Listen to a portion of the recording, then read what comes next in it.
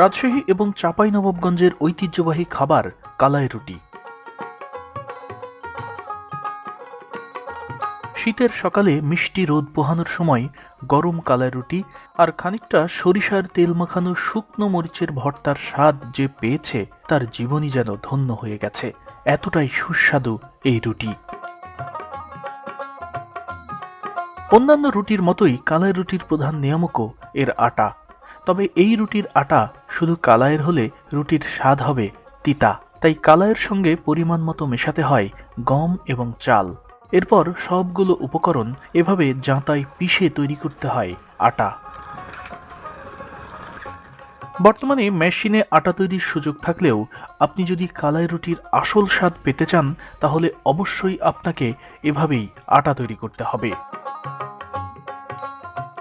এখানে আসলে কলাইয়ের আটা সেটি তৈরি করা হচ্ছে কলাই রুটি করার জন্য। একটিবার দেখুন, এই যে এভাবে ঘোরানো হচ্ছে জাঁতা, আর এই পাশ থেকে এই যে দেখুন কি সুন্দর আটা বের হচ্ছে। এইটা একটু কালচে, অন্য আটার মতো না আর কি।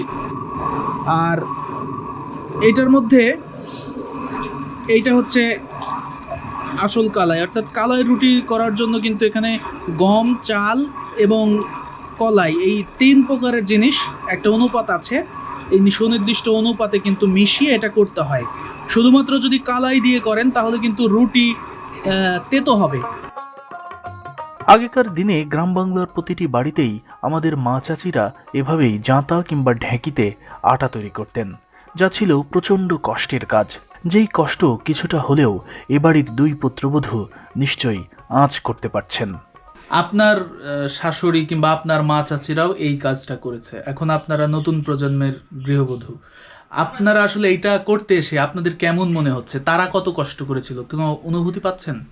হ্যাঁ, তারা যে এত মানুষের খাবারের জাঁতায় পিষে আটা দিয়ে রুটি তৈরি করতে, সেই এটা কষ্টটা এখন বুঝতে পারছি যে কিভাবে এরা এরকম করেছিল। জাঁতাত পিষা আটা তৈরি রুটি খেতে খুব স্বাদ, কিন্তু আধুনিক যন্ত্রপাতি যেগুলা ওগুলার আটার এমন স্বাদ হয় না। এই স্বাদ এটাতে বেশি কেন? এটা হাতে তৈরি করা আটার মানে স্বাদটা